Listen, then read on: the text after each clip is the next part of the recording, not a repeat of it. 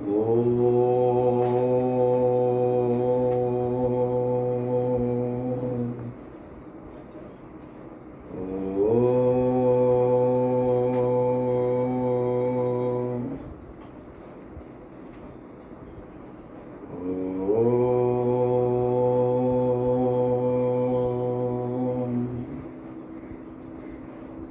ഗും ഗുരുഭ്യോ നമഃ.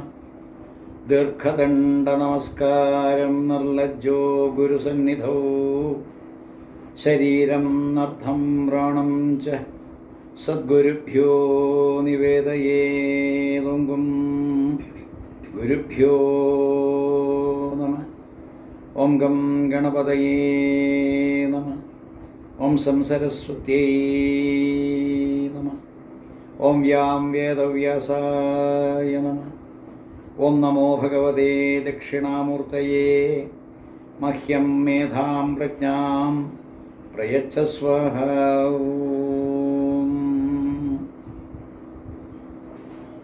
പരമമായിരിക്കുന്ന ലക്ഷ്യം ഈശ്വര സാക്ഷാത്കാരം തന്നെയാണ്. ഈശ്വര സാക്ഷാത്കാരം കൊണ്ട് ഉദ്ദേശിക്കുന്നത് മറഞ്ഞിരിക്കുന്ന ആത്മവിദ്യയെ കരഗതമാക്കലുമാണ്. ഈശ്വരൻ എന്ന് പറയുന്ന ഒരു വ്യക്തിയെ നമ്മൾ വിഭാവനം ചെയ്യാതെ ആധ്യാത്മിക തലത്തെയെല്ലാം തന്നെ ശുഷ്കിച്ച തലത്തിലേക്ക് കൊണ്ടുവരാതെ പരമമായിരിക്കുന്ന ജ്ഞാനം, അറിവ്, അതുകൊണ്ട് മാത്രമേ ഈശ്വരൻ ലഭ്യമാകുകയുള്ളൂ എന്നുള്ള ചിന്താ പദ്ധതി ആവിഷ്കരിക്കുമ്പോൾ അത് പരാവിദ്യയായി. പരോക്ഷ അനുഭൂതിയെന്നും അപരോക്ഷ അനുഭൂതിയെന്നും അനുഭൂതിയെ രണ്ടായിട്ട് തിരിക്കുന്നത് ജ്ഞാനത്തിൻ്റെ വേദിയിൽ തന്നെയാണ്. പുസ്തകജ്ഞാനം പോരാ, മസ്തകജ്ഞാനം വേണമെന്ന് നിത്യാനന്ദനെ പോലുള്ള സുഹൃതികൾ നമ്മെ പഠിപ്പിച്ചതും ഇത്തരത്തിലാണ്. എല്ലാ തരത്തിലും നമ്മൾ കേട്ടുകേൾവി വെച്ചുകൊണ്ടും പറഞ്ഞു കേട്ടതെല്ലാം തന്നെ ശരിയെന്നുള്ള വെറും വിശ്വാസം വെച്ചുകൊണ്ടും ഉണ്ടാകേണ്ട ജ്ഞാനം അല്ല പരാജ്ഞാനം, പരവിദ്യ. എല്ലാ തരത്തിലും വ്യക്തമായിട്ട് ഈ വിദ്യ എന്ന് പറയുന്നത് അനുഭവിച്ചറിയേണ്ട വസ്തുതയാണ്. ഉദാഹരണത്തിന് ശ്രീവിദ്യ എന്ന് പറയുമ്പോൾ ആ വിദ്യ അതിലുള്ളതുകൊണ്ട് 16 അക്ഷരങ്ങൾ വെറുതെ ഉരുക്കഴിച്ചാൽ കിട്ടുമെന്നുള്ളൊരു വ്യാമോഹം ആർക്കും വേണ്ട. നമശിവായ എന്ന് പറയുന്ന മന്ത്രം ശാംഭവി വിദ്യയിൽ അല്ലെങ്കിൽ ശംഭുവിനെ സ്വാധീനിക്കാനുള്ള വിദ്യയിൽ നമശിവായ വെറുതെ ജപിച്ചുകൊണ്ടിരുന്നാൽ ശംഭുവിനെ നോക്ക് സിദ്ധമാകുമെന്നുള്ളതും തെറ്റിദ്ധാരണയാണ്. മന്ത്രങ്ങളെ കൊണ്ടും തന്ത്രത്തെ കൊണ്ടും അല്ലെങ്കിൽ അത്തരത്തിലുള്ള ആചാര അനുഷ്ഠാനങ്ങളെ കൊണ്ട് ലഭ്യമാകുന്നൊരു പദവി, അത് വിദ്യയുടെ പാരംഗതമായിരിക്കുന്ന ഒരു അനുഭവ സ്ഥിതി, അത് സാധിച്ചെടുക്കാൻ വേണ്ടി പ്രയത്നം വേറെ വേണം. നാടൻ ഭാഷയിൽ പറഞ്ഞാൽ ഉറങ്ങാൻ കള്ള് വേറെ കുടിക്കണമെന്നൊരു പ്രയോഗമുണ്ട്. എന്ത് ചെയ്തിട്ട് ഉറക്കം വരാത്ത രീതിയിൽ ഇരിക്കുമ്പോൾ വേറെ കള്ള് കുടിക്കണമെന്ന് പറഞ്ഞാൽ വേറെ രീതിയിൽ ഉറക്കത്തിന് വേണ്ടി മാർഗം കണ്ടുപിടിക്കണം എന്ന്. ഇന്നിപ്പോൾ ക്ഷേത്രങ്ങൾ അനവധി, ആചാര്യന്മാർ അനവധി, പുസ്തകങ്ങളാണെങ്കിൽ അതിലേറെ. വിദ്യ എന്ന് പറഞ്ഞുകൊണ്ട് എന്തെല്ലാം വിദ്യകളാണ് കാട്ടിക്കൂട്ടുന്നത്. ആ വിദ്യകളുണ്ടെന്ന് നമുക്ക് കിട്ടാതെ പോകുന്നത് വിദ്യയാണ്.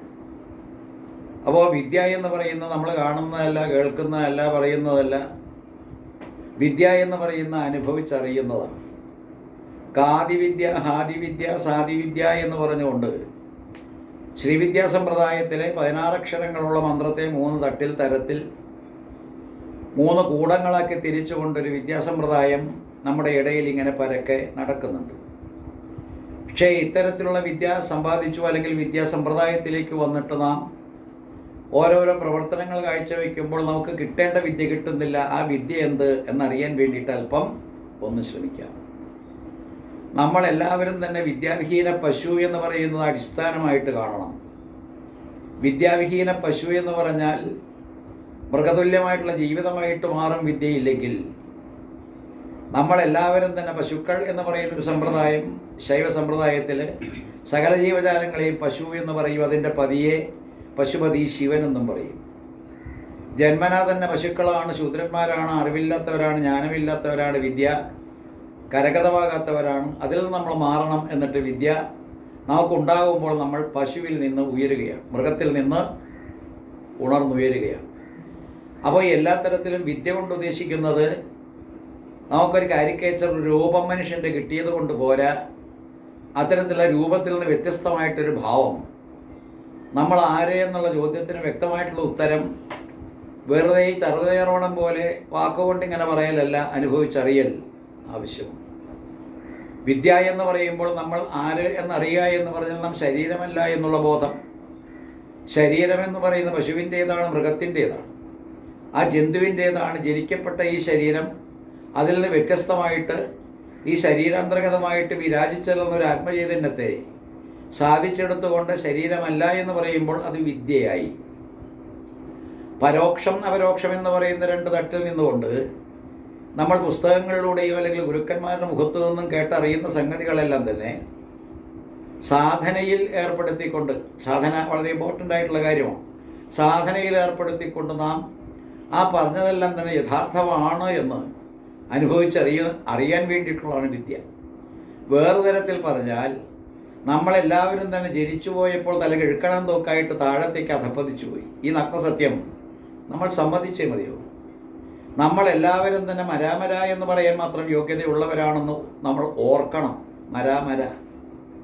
അപ്പോൾ ഈ മരാമര എന്ന് കാട്ടാളിനോട് ഋഷീശ്വരന്മാർ പറഞ്ഞു കൊടുത്ത, തലതിരിച്ചു പറഞ്ഞു കൊടുത്ത, അല്ലെങ്കിൽ വ്യത്യസ്ത വർണ്ണങ്ങൾ എന്ന് രാമായണത്തിൽ പറയുന്ന പോലെ പറഞ്ഞു കൊടുത്ത മന്ത്രം മരാമര എന്ന് പറയുന്ന നമ്മളെ ബോധവൽക്കരിക്കുകയാണ്. അല്ലയോ മർത്യ, നീ തലകിഴക്കണം തൂക്കാണ്.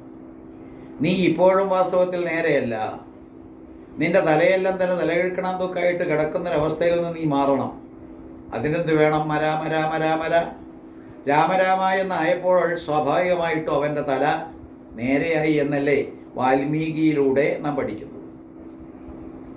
ഇതേ രീതിയിൽ നമ്മളെല്ലാം കൈകാര്യം ചെയ്യുമ്പോൾ നമ്മുടെ ആധ്യാത്മിക സമ്പ്രദായത്തിലെ നമ്മുടെ ഋഷിപരമ്പരയായി കിട്ടിയിരിക്കുന്ന ഓരോരോ കാര്യങ്ങൾ നമ്മൾ കൈകാര്യം ചെയ്യുമ്പോൾ താഴത്തേക്ക് ഉരുണ്ടു വീഴുന്ന അവസ്ഥയിൽ നിന്ന് വീണ്ടും മുകളിലേക്ക് പടച്ചു കയറുന്ന സമ്പ്രദായം വിദ്യാസമ്പാദനത്തിനുള്ളത്. അത് എവിടെ നിൽക്കുന്നു, എവിടെ ചെന്ന് നിൽക്കുന്നു എന്നുള്ള ചോദ്യത്തിന് ഉത്തരം കണ്ടെത്തിയാൽ നമുക്ക് വിദ്യയായി എന്ന് പറയാം. ഓം നമോ ഭഗവതേ വാസുദേവായ എന്ന് പറയുന്ന ആ 12 അക്ഷരം മന്ത്രവിദ്യ അത് സാധിച്ചത് വാസ്തവത്തിൽ ധ്രുവകുമാരനാണ്. ഭാഗവത കഥയാണെങ്കിൽ തന്നെ മിത്താണെന്ന് പറഞ്ഞാൽ പോലും ആ കഥയിലൂടെ കടത്തിക്കൊണ്ടുവരുന്ന നമ്മളെ ബോധവൽക്കരിക്കുന്നത് ദ്വാദശാക്ഷരി മന്ത്രം വെറുതെ ജപിച്ച് കാലം കഴിച്ചു കൂട്ടിയാൽ പോരാ. അതൊരു വിദ്യയായിട്ട് പരിണമിക്കണമെങ്കിൽ 6 മാസക്കാലം, ഓരോരോ മാസം അല്ലെങ്കിൽ 3 മാസം കൂടുമ്പോൾ അദ്ദേഹം വ്യതിയാനം വരുത്തിക്കൊണ്ട് നടത്തിയ തപസ്, ശരീരത്തെ തപസ്സിന് വിധേയമാക്കിക്കൊണ്ട് ആഹാരാധികാരങ്ങളും ഇതെല്ലാം തന്നെ നിയന്ത്രിച്ചും വളരെയേറെ ശക്തമായിട്ടുള്ള മനോഭാവത്തോടുകൂടി ഉറപ്പിച്ചപ്പോൾ എല്ലാ തരത്തിലും പ്രത്യക്ഷമാകുന്ന ഈശ്വരൻ്റെ ഭാവം അനുഭവിക്കാൻ സാധിച്ചത് വിദ്യ. അതെങ്ങനെ കൈകാര്യം ചെയ്യണമെന്ന് നാരദർ പറഞ്ഞു കൊടുത്തപ്പോൾ അത് മനസ്സാ ശിരസ സ്വീകരിച്ചുകൊണ്ട് ഈ ധ്രുവകുമാരൻ 5 വയസ്സുകാരൻ മധുവനത്തിൽ പോയി സാധിച്ചത് വിദ്യ. മധുവനം എന്ന് പറയുന്നതുകൊണ്ട് ഉദ്ദേശിക്കുന്ന മസ്തിഷ്കമെന്ന് മാത്രമേ ഉള്ളൂ. വനം കൊണ്ട് ഉദ്ദേശിക്കുന്നത് സമുദ്രമാകാം, അല്ലെങ്കിൽ കാടാകാം, ജലാശയമാകാം, അല്ലെങ്കിൽ ഈ പറയുന്ന മരങ്ങൾ ഇടതൂർന്ന് നിൽക്കുന്ന സങ്കേതമാകാം. ഏതായാലും അതെല്ലാം തന്നെ ഈ പറയുന്ന തലച്ചോറിന് ബാധകമാണ്. നല്ലൊരു സമുദ്രത്തിൻ്റെ മധ്യേ നമ്മുടെ സങ്കല്പമാണെങ്കിൽ കൂടി ആ സമുദ്രത്തിൻ്റെ മധ്യേ നമ്മൾ ഇതെല്ലാം തന്നെ സങ്കല്പിച്ചുകൊണ്ട് കദംബവൃക്ഷങ്ങളും അതുപോലെ എന്തെന്നില്ലാത്ത നിബിഡമായിരിക്കുന്ന ഒരു അന്തരീക്ഷവും സൃഷ്ടിച്ചുകൊണ്ടാണ് നാം മധുവനം എന്ന് പറയുന്ന മധുരാർദ്രമായിട്ടുള്ള സഹസ്രാര പത്മത്തെ കാണുന്നത്. അവിടം വരെ എത്തുക എന്ന് പറയുന്ന പ്രയത്നം പരാവിദ്യ. ഈ പരാവിദ്യ എന്ന് പറയുമ്പോൾ താഴത്ത് ഇങ്ങനെ കടന്നുകൊണ്ട് പ്രസംഗിച്ച് തലയിലേക്ക് എന്നാൽ അത് കിട്ടും ഇത് കിട്ടുമെന്നിങ്ങനെ പറഞ്ഞിട്ട് കാര്യമില്ല, തലയിലേക്ക് കടന്നേ മതിയാവും. അപ്പോൾ എല്ലാ തരത്തിലും ശരീരത്തെ ഉപയോഗിച്ചുകൊണ്ട് പരാഭാവത്തെ ആർജിക്കാനുള്ള പരാവിദ്യ, അത് കരഗതമാകാനുള്ള മാർഗം അത് അവലംബിച്ചെങ്കിൽ മാത്രമേ പരാവിദ്യ മനസ്സിലാവൂ. പരാപ്രത്യക്ഷിതിരൂപ പശ്യന്തി പരദേവത എന്ന് ലളിതാ സഹസ്രനാമത്തിൽ അക്ഷരങ്ങളെപ്പറ്റി, ശബ്ദത്തെപ്പറ്റി, ഈ പ്രപഞ്ചത്തിൻ്റെ ഉൽപ്പത്തിക്ക് കാരണം ശബ്ദമാണല്ലോ. അപ്പോൾ പ്രപഞ്ചോൽപ്പത്തിക്ക് കാരണമായിരിക്കുന്ന ശബ്ദം ഓങ്കാരം തന്നെയാണല്ലോ ബ്രഹ്മവാചകം. അപ്പോൾ ഈശ്വരൻ ആരെ എന്ന് ചോദിച്ചാൽ മാണ്ഡൂക്യോപനിഷത്തിൽ വളരെ വ്യക്തമായിട്ട് പറയുന്നു, അയമാത്മാ ബ്രഹ്മ സ്വയം ആത്മാ ചതുഷ്പത് എന്നെല്ലാം പറഞ്ഞുകൊണ്ട് ഈ പ്രണവത്തിൻ്റെ ശക്തി, പ്രണവം എന്ത് എന്നിങ്ങനെ പ്രഖ്യാപിക്കുന്നുണ്ട്. ഞാൻ ഈശ്വരനാണ് എന്ന് പറഞ്ഞുകൊണ്ട് ഞാൻ പ്രണവസ്വരൂപമാണ്. അപ്പോൾ പ്രണവസ്വരൂപം ഈശ്വരനായി. ആ പ്രണവസ്വരൂപത്തിന് ആ ഓമ എന്ന് പറയുന്ന 3 മാത്രകൾ മാത്രമല്ല, 4മതൊരു പാദവും കൂടിയുണ്ട് തുര്യ എന്ന് പറയുന്നത്. ഏതായാലും ഇത്തരത്തിൽ ആ ഓമ എന്ന് പറയുന്ന ഘടകങ്ങളെ, അത്തരത്തിലുള്ള പാദങ്ങളെ, 4 വീതമുള്ള പാദങ്ങളെയെല്ലാം തന്നെ അതിക്രമിച്ചുകൊണ്ട് തുര്യ എന്ന് പറയുന്ന ആനന്ദലബ്ധി, അമൃതാനുഭൂതി ഇത് ആസ്വദിക്കുമ്പോൾ വിദ്യയായി. അതാണ് പരാവിദ്യ. സൂക്ഷ്മമായിരിക്കുന്ന അക്ഷരം നമ്മൾ പഠിക്കുന്നത് കുതിർന്ന് കിടക്കുന്നൊരു വിത്ത് പോലെ. കുതിർന്നിരിക്കുന്ന വിത്ത് വാസ്തവത്തിൽ നമുക്ക് മനസ്സിലാകുന്നില്ല എന്തിൻ്റെ വിത്താണ് എന്ന്. അതിൽ നിന്ന് മുളച്ച് വളർന്നു വരാൻ പോകുന്ന വൃക്ഷം ഏത് എന്ന് പിടികിട്ടുന്നില്ല. പക്ഷേ കുതിർന്നിരിക്കുന്ന വിത്ത് പരാഭാവത്തിലാണെങ്കിൽ അത് മുളച്ചു കഴിയുമ്പോൾ റാഡിക്കളും പ്ലൂമികളും മുകളിലേക്ക് 2 ദളങ്ങളും അതുപോലെ താഴത്തേക്ക് വേരും അതിൻ്റെ ഭാഗങ്ങളുമെല്ലാം തന്നെ ഉണ്ടാകുമ്പോൾ നമ്മൾ പരാ കഴിഞ്ഞ് പശ്യത്തിയിലേക്ക് എത്തുകയാണ്. പ്രപഞ്ചത്തിലേക്ക് കടന്നു വരുന്ന രീതിയാണത്. പ്രപഞ്ചത്തിലേക്ക് നമ്മൾ കാണാൻ കൊതിച്ചുകൊണ്ട് പരാഭാവത്തിൽ നിന്ന് വളരുകയാണോ എന്ന് ചോദിച്ചാൽ വളരുകയല്ല, അവിടെ വളരുന്ന സംസാരമാണ്. സംസാരം എന്ന് പറയുന്ന ജഗത് ഉൽപ്പത്തിസ്ഥിതി ലയങ്ങൾക്ക് കാരണമായിരിക്കുന്ന ആ സംസാരത്തിൻ്റെ വളർച്ചയാണ് പരാഭാവത്തിൽ കിടക്കുന്ന വിത്ത് കുതിർന്നപ്പോൾ അതിൽ നിന്ന് പൊട്ടിമുളച്ച് പുറത്തേക്ക് പോകുന്നത്. അത് വാസ്തവത്തിൽ പരാവിദ്യയല്ല, പരാവിദ്യയിൽ നിന്ന് അപരാഭാവത്തിലേക്ക് പോകുന്നതാണ്.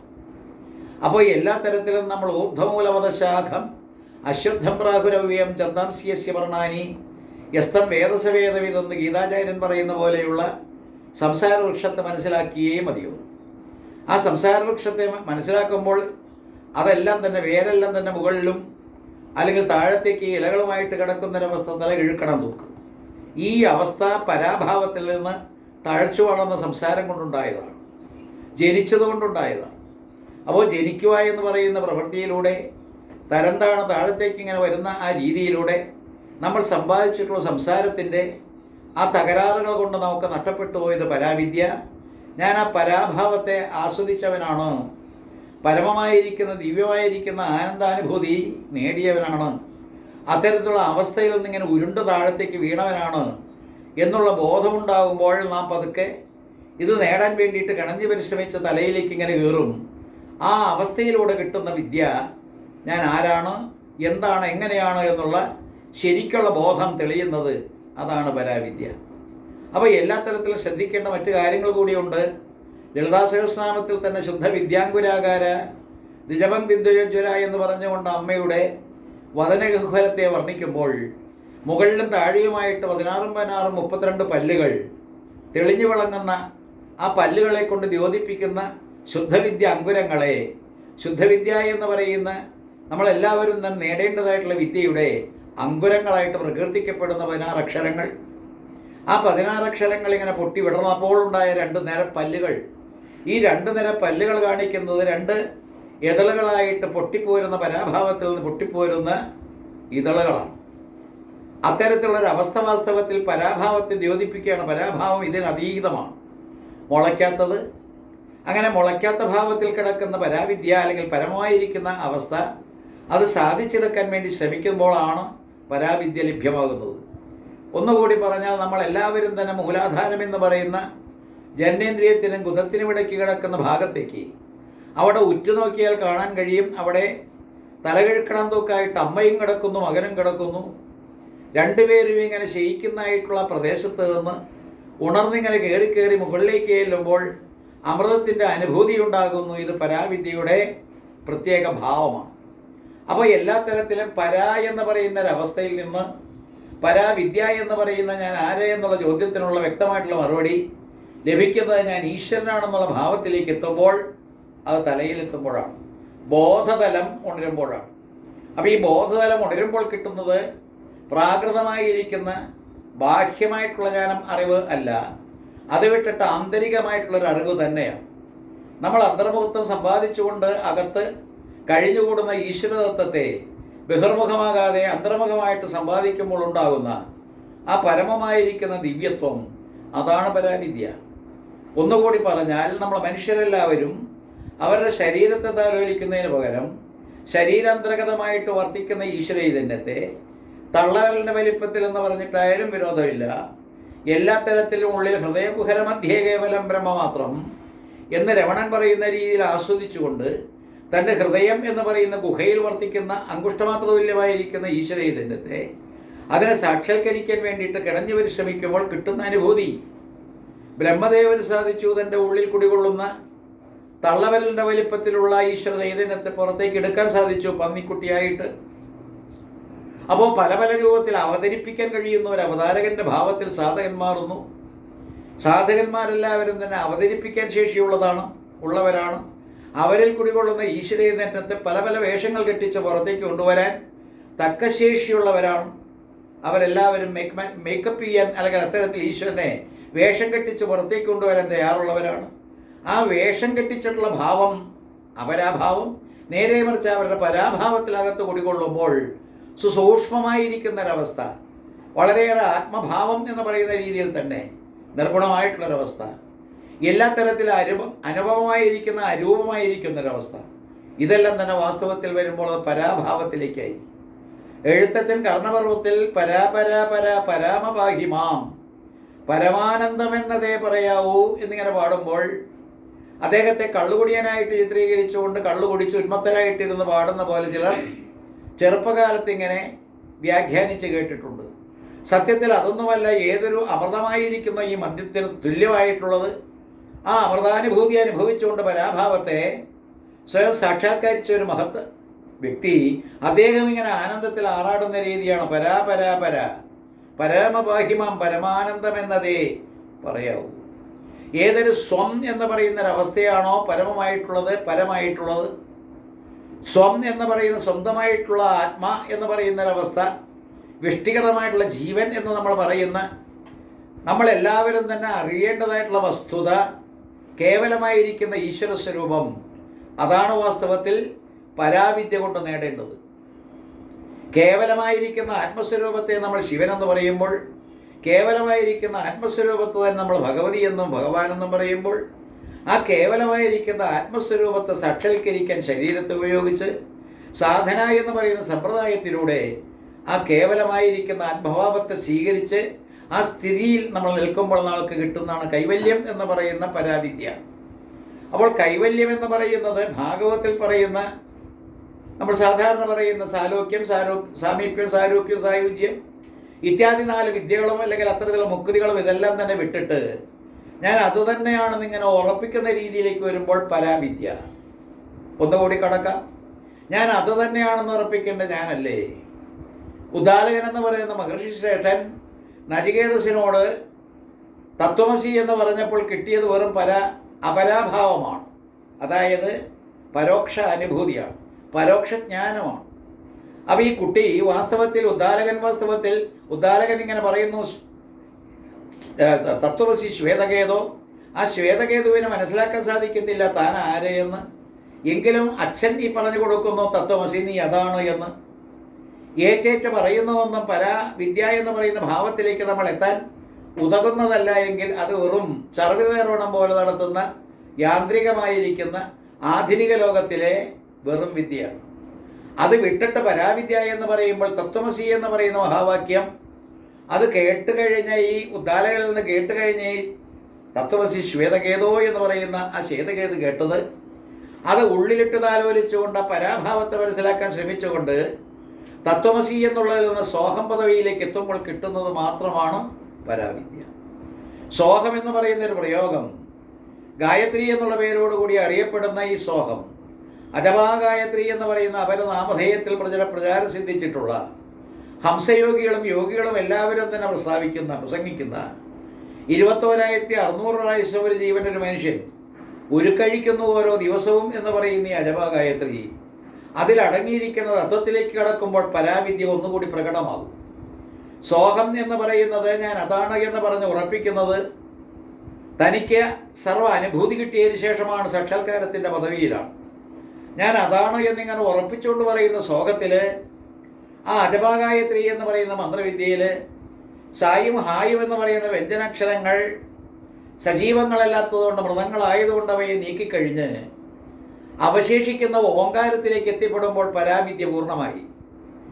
സോഹം എന്നിങ്ങനെ ജപിച്ച് കാലം കഴിച്ചു കൂട്ടുന്ന ഒരു മനുഷ്യൻ അറിയാതെ ജപിക്കുന്ന ഈ സോഹം മന്ത്രം അജപാഗായത്രി, അതിലെ സായും ഹായും എന്ന് പറയുന്ന ജഡഭാവത്തെ, ശിവഭാവത്തെ, മൃതഭാവത്തെ, അതിനെ ഇങ്ങനെ ദൂരീകരിച്ച് കഴിയുമ്പോൾ ഉണ്ടാകുന്ന സോഹം, അതിലെ ഓം എന്ന് പറയുന്ന പ്രണവം പ്രപഞ്ച സത്യമായിട്ട് പരിണമിച്ച് പ്രപഞ്ചത്തിൻ്റെ അടിസ്ഥാനമായിട്ടും ബ്രഹ്മം ഈശ്വരൻ്റെ വാചകമായിട്ടും ആ നാദബ്രഹ്മത്തെ അറിയാൻ വേണ്ടിയിട്ട് നമ്മൾ കിണഞ്ഞു പരിശ്രമിക്കുമ്പോൾ അവിടെ കിട്ടുന്നതായിട്ടുള്ള അനുഭൂതി, അതുമാത്രമാണ് പരാവിദ്യ.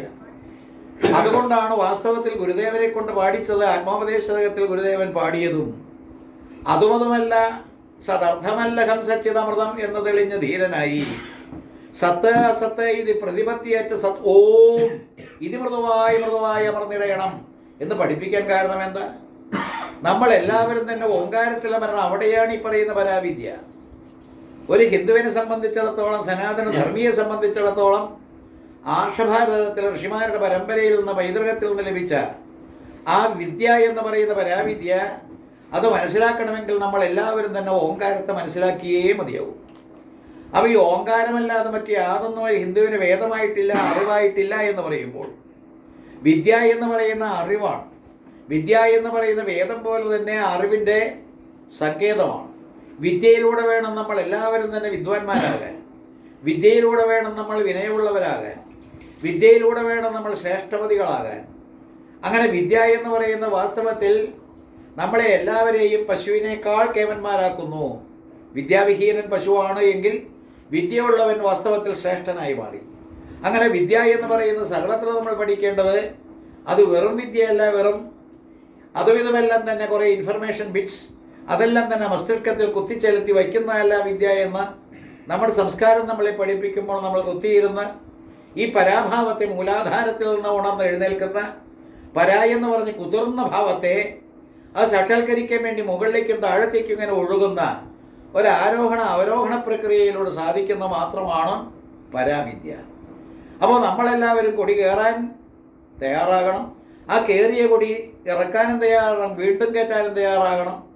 അങ്ങനെ ജീവിതകാലം മുഴുവൻ കൊടിയേറ്റവും കൊടിയിറക്കവുമായിട്ടിരുന്നാൽ നട്ടെല്ലിനെ വിനിയോഗിച്ചുകൊണ്ട് സുഷുമ്നാഖണ്ഡത്തിലൂടെ ഓടിയും ചാടിയും നടന്നും കയറിയും ഇറങ്ങിയും അങ്ങനെ എല്ലാ തരത്തിലും സുഷുമ്നാഖണ്ഡത്തെ മാത്രം കേന്ദ്രീകരിച്ചുകൊണ്ട് നമ്മൾ നേടുന്നതായിട്ടുള്ള വിദ്യ അതല്ലാതെ മറ്റൊരു പരാവിദ്യയില്ല.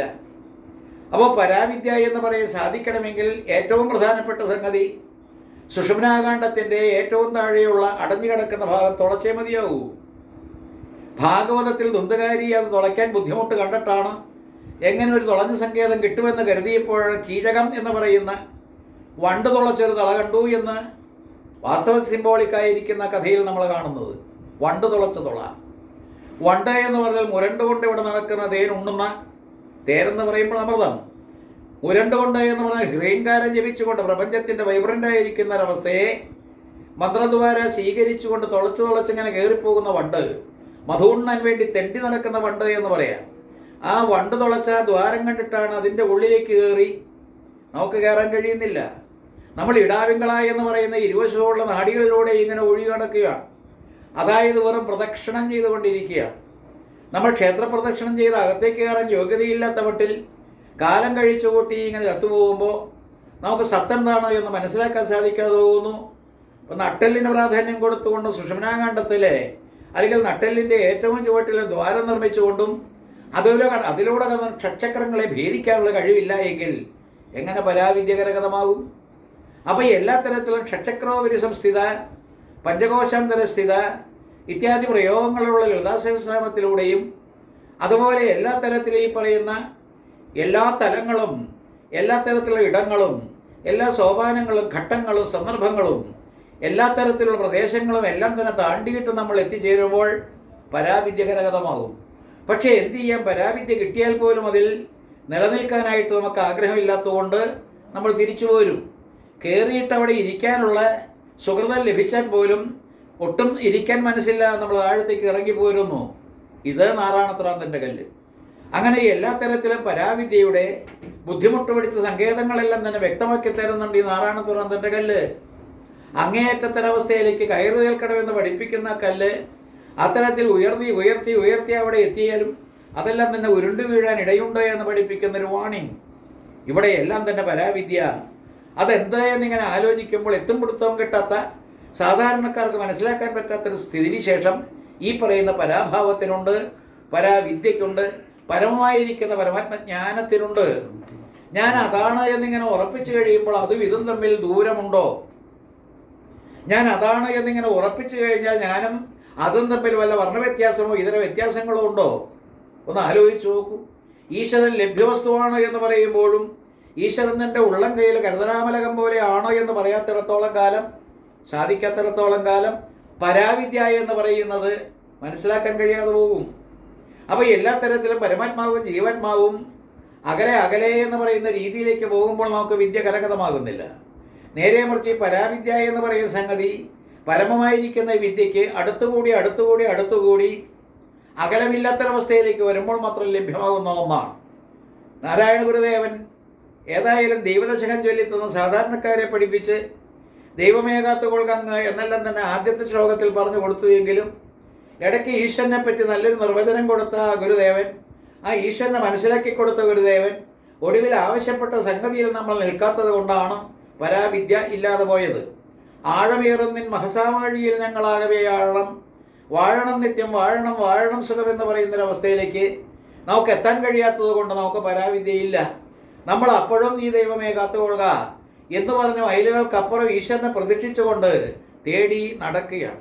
അപ്പോൾ എല്ലാ തരത്തിലും നമ്മൾ നേടേണ്ടതായിട്ടുള്ള വസ്തു, ആ വസ്തുത വാസ്തവത്തിൽ നേടാനായിട്ട് ഓടി നടക്കേണ്ട ഗതികേടില്ല എന്നുള്ള മട്ടിലേക്ക് വന്ന് അത് ലഭ്യവസ്തുവാണ്, ഇപ്പോഴും എപ്പോഴും നമ്മുടെ കൂടെ ഉണ്ട് എന്നുള്ള ആ ബോധതലം ഇങ്ങനെ ഉണർത്തി കിട്ടിയാൽ നമ്മൾ പരാവിദ്യയുടെ ഉടമസ്ഥരായി. ശ്രീകൃഷ്ണ പരമാത്മാവ് ഗോപസ്ത്രീകൾക്ക് കൊടുക്കുന്ന സന്ദേശത്തിൽ ഉദ്ധവരിലൂടെ കൊടുത്തുവിടുന്ന ആ ഉപദേശത്തിൽ വളരെ വ്യക്തമായിട്ടും കാണാം, അല്ലയോ ഗോപസ്ത്രീകളെ, നിങ്ങളും ഞാനും തമ്മിൽ ഇപ്പോൾ അകലെയാണെന്ന് നിങ്ങൾക്ക് തോന്നുന്നുണ്ട്, തെറ്റാണ്.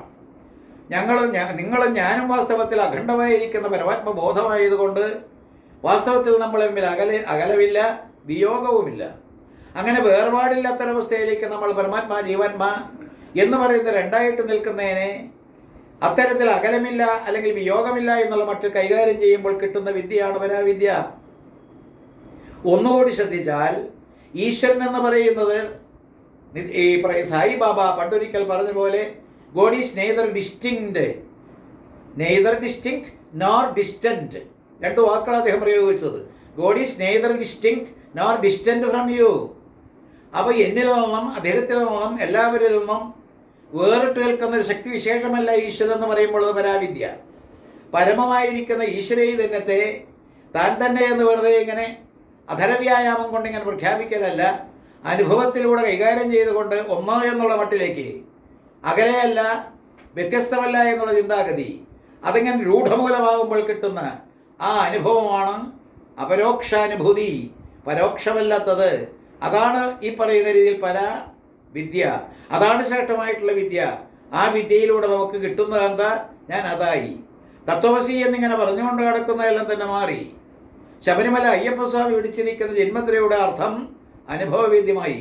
അങ്ങനെ ജന്മുദ്രയെല്ലാം തന്നെ പ്രായോഗിക തലത്തിൽ കൊണ്ടുവന്ന് അതും ഇതും എന്ന് പറയുന്ന നീയും അതും എന്ന് പറയുന്ന അല്ലെങ്കിൽ ജീവാത്മാ പരമാത്മാ എന്നുള്ള വേറിട്ട നിലയിൽ നിൽക്കുന്ന രണ്ട് സ്ഥിതിവിശേഷങ്ങൾ, ആ വേറുകൂറെല്ലാം തന്നെ മാറി വേറിട്ട് നിൽക്കുന്ന ദ്വൈതാവസ്ഥ, അത് വിട്ടുപോയിട്ട് അദ്വൈതം എന്നുള്ള മട്ടിലേക്ക് വരുമ്പോൾ ശരീരം ഉണ്ടായത് കൊണ്ടാണ് ഞാനെന്ന് പറയുന്ന ഭാവത്തിൽ നിന്നുകൊണ്ട് നീ എന്ന് പറയുന്ന ഈശ്വരനെ വിയോഗാവസ്ഥയിൽ അനുഭവിക്കാൻ ഇടവന്നതെന്ന് മനസ്സിലാക്കിയാൽ ഈ ശരീരം എന്ന് പറയുന്ന വേലി കെട്ടി മതിൽ കെട്ടി തിരിച്ചിരിക്കുന്ന അത്തരത്തിലുള്ള സ്ഥിതിവിശേഷത്തിൽ നിന്ന് ജീവാത്മാ പരമാത്മാ രണ്ടും ഒന്ന് എന്നുള്ള മട്ടിലേക്ക് വരണമെങ്കിൽ കുടം തല്ലുക എന്ന് ശ്രീകൃഷ്ണ പരമാത്മാവ് കാണിച്ചു തന്ന പരാവിദ്യ. കുടം തല്ലുക എന്ന് പറയുന്നത് ദശമസ്കന്ധത്തിൽ ഭഗവാന്റെ ലീല. യശോദാമ്മയായാലും ഗോപസ്ത്രീകളെയായാലും എല്ലാവരെയും പഠിപ്പിക്കുന്നത് നിങ്ങളുടെ കുടമെന്ന് പറയുന്ന കൂടമെന്ന് പറയുന്ന ത്രികൂടമെന്ന് പറയുന്ന ശരീരം, ആ ശരീരമെല്ലാത്തിനും തടസ്സമാണ്. ആ ശരീരത്തെ തല്ലിത്തകർത്താൽ നിങ്ങൾക്ക് കിട്ടുന്ന വിദ്യ, അറിവ്, അതാണ് വാസ്തവത്തിൽ നിങ്ങൾ ഈശ്വരനാണെന്നുള്ള ബോധം, അഖണ്ഡമായിരിക്കുന്ന പരമാത്മബോധം. ആ ബോധം കിട്ടിക്കഴിഞ്ഞാൽ അതാണ് പരാവിദ്യ. അത് വിട്ടിട്ട് മറ്റ് യാതൊരു വിദ്യയും നമുക്ക് അന്വേഷിക്കേണ്ടതില്ല, അറിയേണ്ടതില്ല. എൻ്റെ ആത്മാർത്ഥമായിട്ടുള്ളൊരപേക്ഷ, നമ്മൾ ഈ പറയുന്ന ചടങ്ങുകൾ അല്ലെങ്കിൽ ആചാരാനുഷ്ഠാനങ്ങൾ ഇതെല്ലാം തന്നെ സ്വാഭാവികമായിട്ടും LKG ക്ലാസ്സിലും UKG ക്ലാസ്സിലും അനിവാര്യമാണ്. താഴത്തെ ക്ലാസ്സുകളിൽ ഇരുന്നുകൊണ്ട് നമ്മൾ പഠിക്കുകയും പ്രവർത്തിക്കുകയും ഓരോരോ കാര്യങ്ങൾ അനുഷ്ഠിക്കുകയും ചെയ്യുന്നത് അനുപേക്ഷണീയമാണ്. കാരണം എന്താ, നമ്മളെല്ലാവരും ചിട്ടപ്പെടുത്തി സിസ്റ്റമാറ്റിക് ആയിരിക്കുന്ന ഒരു ആധ്യാത്മിക തലത്തിലേക്ക് കടന്നിട്ട് വേണം വാസ്തവത്തിൽ ശരീരത്തെ ത്യജിക്കാൻ. ശരീരം എന്ന് പറയുന്നത് ഉപയോഗിക്കാനുള്ള ഒരു ഉപകരണമാണെന്നുള്ള ബോധ്യം വന്നിട്ട് എന്തിനു വേണ്ടിയിട്ടുള്ള ഉപകരണമാണെന്ന് കൂടി ചിന്തിച്ചിട്ട് ഈശ്വരനെ വാസ്തവത്തിൽ മനസ്സിലാക്കാൻ വേണ്ടിയിട്ട് ഇട്ടു തന്നിരിക്കുന്ന ഒരു ഉപാധിയാണോ ഈ വിഗ്രഹം എന്ന് പറയുന്ന ശരീരം വിശേഷൽ ഗ്രഹിക്കാനുള്ള ഒരു ഉപകരണമാണെന്നുള്ള ബോധം വന്നു കഴിഞ്ഞാൽ നമുക്ക് ശരീരത്തെ വിടാം. അത് മരിക്കാനുള്ള വേദിയാണ്, അത് സമാധി അടയാനുള്ള വേദിയാണ്. ആ സമാധാനത്തോടുകൂടി ശരീരത്തെ ത്യജിച്ചിട്ട് ആത്മഭാവത്തിൽ ആ നിർവൃതിയിൽ നിലകൊള്ളാനുള്ള വേദിയാണ്. ഇത് വാസ്തവത്തിൽ പരമമായിരിക്കുന്ന പരാവിദ്യ. ഇതെല്ലാം തന്നെ ഒന്നുകൂടി കനത്ത നിലയിൽ കടുത്ത ഭാവത്തിൽ ചിന്തിച്ചുറപ്പിക്കുക. നമ്മൾ വാസ്തവത്തിൽ ഇവിടെ പലരും പറഞ്ഞിട്ട് പല ഗുരുമുഖത്ത് നിന്നും പലതും കേട്ടിട്ട് നമ്മളിങ്ങനെ ജപിച്ചും തപിച്ചും എല്ലാം തന്നെ കാലം കഴിച്ചു കൂട്ടുന്നുണ്ട് എങ്കിൽ തന്നെ നമ്മുടെ മനസ്സിലെ വ്യാപാരങ്ങളെയും മനസ്സിലെ വികാരങ്ങളെയും മനസ്സ് എന്ന് പറയുന്ന ഏറ്റവും ബുദ്ധിമുട്ട് പിടിച്ച ആ സ്ഥിതിവിശേഷത്തെ മാറ്റിയെടുക്കാൻ നമുക്ക് സാധിക്കാത്തത് കൊണ്ട് പരാവിദ്യ ലഭ്യമല്ലാതെ പോവുകയാണ്. എഴുത്തച്ഛൻ തന്നെ പാടി ഗുണകാമാത്മാവിനെ മാനസം എന്ന് ചൊല്ലുവൂ എന്ന്. ഗുണകാമാത്മാവിനെ മാനസം എന്ന് ചൊല്ലുവൂ. മനസ്സിന് സുന്ദരമായിട്ടുള്ളൊരു നിർവചനം നടത്തിയ അദ്ദേഹമാണ്. ഗുണകാമനകളെല്ലാം തന്നെ കടന്നു വരുമ്പോൾ മനസ്സെന്നുള്ള പേര് കിട്ടിയതാണ്. ത്രിഗുണങ്ങൾ എന്ന് പറയുന്ന ചുവപ്പും വെളുപ്പും കറുപ്പും എല്ലാം തന്നെ കടന്നുകൂടിയപ്പോൾ മനസ്സായതാണ്. അത്തരത്തിലുള്ള ത്രിഗുണങ്ങളെയെല്ലാം തന്നെ വിട്ടുപോയാൽ ഗുണകാമ ആത്മാവിനെ മാനസം എന്ന് ചൊല്ലൂ. ഗുണകാമങ്ങൾ പോയാൽ മാനസം തന്നെ ആത്മാ. ഇത്തരത്തിലുള്ള ആഗ്രഹങ്ങളും ത്രിഗുണങ്ങളും എല്ലാം തന്നെ വിട്ടുപോയാൽ മനസ്സ് തന്നെ ആത്മാവായിട്ട് പ്രശോഭിക്കുന്നത് ആ രംഗത്തേക്ക് എത്തിയാൽ ആ വിദ്യ പരാവിദ്യ. അപ്പോൾ നമ്മൾക്ക് മനസ്സുണ്ട്, നമുക്ക് ബുദ്ധിയുണ്ട്, ചിത്തമുണ്ട്, അഹങ്കാരമുണ്ട്, നമ്മുടെ ശരീരമുണ്ട്, എല്ലാം ഉണ്ട്. ഇതെല്ലാം തന്നെ ഉണ്ടെങ്കിൽ തന്നെ ഇതിനെ എല്ലാം തന്നെ വേണ്ട രീതിയിൽ പഠിച്ച് തല്ലി തകർക്കേണ്ടവരെയെല്ലാം തന്നെ തല്ലി തകർത്തുകൊണ്ട് മനസ്സ് എന്ന് പറയുന്നതിനെ, ആ പവർഫുൾ മൈൻഡ്, ആ മനസ്സ് എന്ന് പറയുന്നതിനെ മൈൻഡ് ചെയ്ത്, അതിനെ മൈൻഡ് ചെയ്യരുതെന്നല്ല, you should mind your mind. എന്നിട്ട് ടൈം യുവർ മൈൻഡ്, നിങ്ങളുടെ മനസ്സിനെ ക്രമപ്പെടുത്തി ചിട്ടപ്പെടുത്തി അതിനെ പരുവപ്പെടുത്തി അത്തരത്തിൽ കൊണ്ടുവരുമ്പോൾ ത്രിഗുണങ്ങളെല്ലാം തന്നെ ഇങ്ങനെ ഒഴിഞ്ഞു പോകുമ്പോൾ അവിടെ കിട്ടുന്നതായിട്ടുള്ള ആത്മഭാവം, പ്രകാശപൂർണമായിരിക്കുന്ന ഭാവം, അത് പരാവിദ്യ. സ്വനവും അടങ്ങുമിടം സ്വയം പ്രകാശം എന്ന് ഗുരുദേവൻ ആത്മോപദേശത്തിൽ പാടി.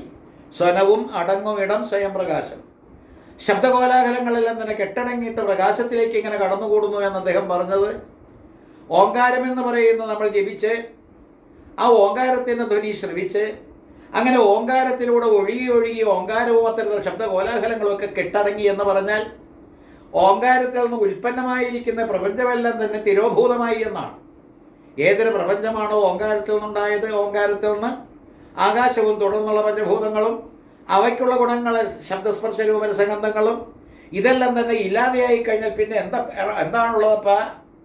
ശബ്ദതന്മാത്രകളെല്ലാം തന്നെ പോയി, പഞ്ചഭൂതങ്ങൾ പോയി ഒക്കെ പോയി കഴിഞ്ഞാൽ പിന്നെ അവശേഷിക്കുന്ന ശബ്ദവും പോയി കഴിഞ്ഞാൽ ഈ ശബ്ദത്തിൻ്റെതായുള്ള പ്രപഞ്ചം വിട്ടുകഴിഞ്ഞാൽ ആ ഓഡിയോ എന്ന് പറയുന്ന ശ്രവണേന്ദ്രിയത്തിൻ്റെ സുഖം, അതിൻ്റേതായുള്ള മാധ്യമമെല്ലാം തന്നെ നമ്മൾ വിക്കഴിഞ്ഞിട്ട് ചെന്ന് ചേരുന്നത് പ്രകാശത്തിൻ്റെ മാധ്യമത്തിലേക്ക്, വീഡിയോ എന്ന് പറയുന്ന രംഗത്തേക്ക്. അവിടെ പ്രകാശം, നിതാന്തമായിട്ടുള്ള പ്രകാശത്തിൻ്റെ പ്രളയം അവിടെ കടന്നുകൂടിയാൽ കിട്ടുന്നത് പരാവിദ്യ. ആ പ്രകാശം എന്ന് പറയുന്ന ഒരവസ്ഥയിലേക്ക് എത്താൻ വേണ്ടിയിട്ടാണ് നമ്മൾ കിണഞ്ഞ് പരിശ്രമിക്കേണ്ടത്. ശ്രീവിദ്യാസമ്പ്രദായത്തിലെ മന്ത്രം ഈല ഹ്രീം അസകള ഹ്രീം സകള ഹ്രീം ശ്രീം 16 അക്ഷരങ്ങളുണ്ട്. 16 അക്ഷരങ്ങൾക്ക് അതിൻ്റേതായ പ്രാധാന്യമുണ്ട്. ആ അക്ഷരങ്ങളെല്ലാം തന്നെ കുത്തിയിരുന്ന് പഠിച്ചുകൊണ്ട് അക്ഷരങ്ങൾ പ്രതിദാനം ചെയ്യുന്ന ഈശ്വര സ്വരൂപങ്ങളെയെല്ലാം തന്നെ ധ്യാനിച്ചുകൊണ്ട് ഇത്തരത്തിലുള്ള ഷോഡശ അക്ഷരങ്ങളെ അല്ലെങ്കിൽ ഷോഡശ മന്ത്രത്തെ അല്ലെങ്കിൽ ഈ പറയുന്ന ഷോഡശാക്ഷരി വിദ്യ അതിനെ നമ്മളൊരു ശ്രീചക്രത്തിലേക്ക് ആവാഹിച്ച് ശ്രീചക്രത്തിൽ ഉൾക്കൊള്ളുന്ന എല്ലാ ദേവതകളെയും 5-6 മണിക്കൂർ ഉപയോഗിച്ചുകൊണ്ട് ഇങ്ങനെ പൂജിച്ച് കാലം കഴിച്ചു കൂട്ടിയാലും നമ്മൾ ഈ പറയുന്ന പരാവിദ്യയിലേക്ക് എത്തുന്നില്ല. കാരണം എന്താ? നമ്മൾ ഈ യാന്ത്രിക തലത്തിൽ കിടന്ന് പ്രദക്ഷിണം ചെയ്തുകൊണ്ടിരിക്കുകയാണ്. അപ്പോൾ പ്രദക്ഷിണം വയ്ക്കുന്ന യാന്ത്രിക ലോകത്താകരുത്. യാന്ത്രികമായ സമ്പ്രദായമെല്ലാം തന്നെ വിട്ട് ഇതെല്ലാം തന്നെ ഇഴുകിച്ചേർന്ന് ഒഴുകി നടക്കുന്ന രീതിയിലേക്ക് എത്തിയാൽ പരാവിദ്യയായി. ഇഴുകിച്ചേർന്ന് ഒഴുകുക, ഇത് സാധിക്കണം. അപ്പോൾ നന്നേ ചെറുപ്പകാലം മുതൽ ഉപാസന ചെയ്തുകൊണ്ടും ഉപാസനാമൂർത്തികളെയെല്ലാം ലാളിച്ചും അവരാൽ പരിലാളിക്കപ്പെട്ടും നമ്മൾ കഴിഞ്ഞു കൂടുമ്പോൾ നമ്മളിൽ സ്വാഭാവികമായിട്ടും വരേണ്ടതാണ് പരാവിദ്യ. നമ്മൾ മനഃപൂർവ്വം പിടിച്ചെടുക്കാമെന്നോ അല്ലെങ്കിൽ ചമച്ചുണ്ടാക്കാമെന്നോ വിചാരിച്ചാൽ ഉണ്ടാകുന്നതല്ല പരാവിദ്യ. ഉപാസനാമൂർത്തികളെ നിഷ്കാമം മറ്റൊരാഗ്രഹങ്ങളൊന്നുമില്ലാതെ വേണ്ടാത്ത കാര്യങ്ങൾ ആവശ്യപ്പെട്ടുകൊണ്ട് അതിനു വേണ്ടിയിട്ട് ജാതസേവ, ഹനുമാൻ സേവ എന്ന് പറയുന്ന സേവകളൊക്കെ നടത്തിക്കൊണ്ട് നടക്കുന്നതിനേക്കാൾ യാതൊരാഗ്രഹങ്ങളോ ആവശ്യങ്ങളോ ഉന്നയിക്കാതെ ഉപാസനയ്ക്ക് വേണ്ടി എന്ന് പറയുന്ന രീതിയിൽ ഭക്തിക്ക് വേണ്ടി അത്തരത്തിലൊരു ഉപാസന സമ്പ്രദായത്തിൽ കടന്നു പോകുമ്പോൾ ഉപാസനാമൂർത്തികൾ നമ്മുടെ സംരക്ഷണം ഏറ്റെടുത്തുകൊണ്ട് നമ്മെ രക്ഷിക്കുമെന്ന് പറഞ്ഞാൽ ശരീരത്തിൽ നമ്മളെ രക്ഷിച്ചുകൊണ്ട് ആത്മഭാവത്തിലേക്ക് എത്തിക്കുമെന്ന് തന്നെ പഠിക്കുക, അത് പരാവിദ്യ. അപ്പോൾ ശരീരത്തിൽ നിന്ന് രക്ഷിക്കുക എന്നുള്ളതാണ് രക്ഷണ, അല്ലെങ്കിൽ രക്ഷ എന്ന് പറയാൻ. ശരീരത്തെ അതും ഇതുമെല്ലാം തന്നെ കെട്ടിത്തെക്കിക്കൊണ്ട് ശരീരത്തെ രക്ഷിക്കുന്നതല്ല രക്ഷ, ശരീരത്തിൽ നിന്ന് എന്നെയും നിങ്ങളെയും രക്ഷിക്കുന്നതാണ് രക്ഷ. അതിന് ഉപാസനാമൂർത്തി വേണം. ഉപാസന എന്ന് പറയുന്നത് ദേഹാഭിമാനം പോകാൻ ഉപാസന എന്ന എഴുത്തച്ഛൻ ഭംഗിയായി പാടിത്തന്നു. അങ്ങനെ ദേഹാഭിമാനം പോകാനുള്ള ഉപാസന, ഈശനെ ഉപാസിച്ച് മോഹിച്ച് ഇടുന്നു ജീവൻ എന്ന് പാടിയതും അദ്ദേഹമാണ്. അപ്പോൾ ഈ ഉപാസനകൾ നടത്തിക്കൊണ്ട് അതുവിധം മോഹിച്ചുകൊണ്ട് അനാവശ്യ ആവശ്യങ്ങൾ ഉന്നയിച്ചുകൊണ്ട് മുന്നോട്ട് പോകുമ്പോൾ ശ്രദ്ധിക്കുക, ഈശനെ ഉപാസിച്ച് മോഹിച്ച് ഇടുന്നു ജീവനും ഈശ്വരൻ താനും ഒന്ന് എന്നറിയാതെ. അപ്പോൾ ഈശ്വരനും താനും ഒന്നാണെന്നുള്ള സായിബാബ പറഞ്ഞ പോലെ നോട്ട് ഡിസ്റ്റിങ്ക്റ്റ്. അപ്പോൾ നോട്ട് ഡിസ്റ്റിങ്ക്റ്റ് എന്ന് പറയുന്ന കൂട്ടർ ഡിസ്റ്റൻറ്റും അല്ല എന്നുള്ള രീതിയിലേക്ക്. അപ്പോൾ എല്ലാ തരത്തിലും അത്തരത്തിൽ എത്താനുള്ള ശ്രമം നടത്തുക. അതിനു വേണ്ടിയിട്ടുള്ള രീതികളാണ് ഈ പൂജാക്രമങ്ങൾ, മന്ത്രം, തന്ത്രം, ഇതെല്ലാം തന്നെ അതിനു വേണ്ടിയിട്ടുള്ളതാണ്. അവിടെ എത്താൻ കഴിയുന്നില്ല എങ്കിൽ നിങ്ങളുടെ ജീവിതം നിഷ്ഫലം.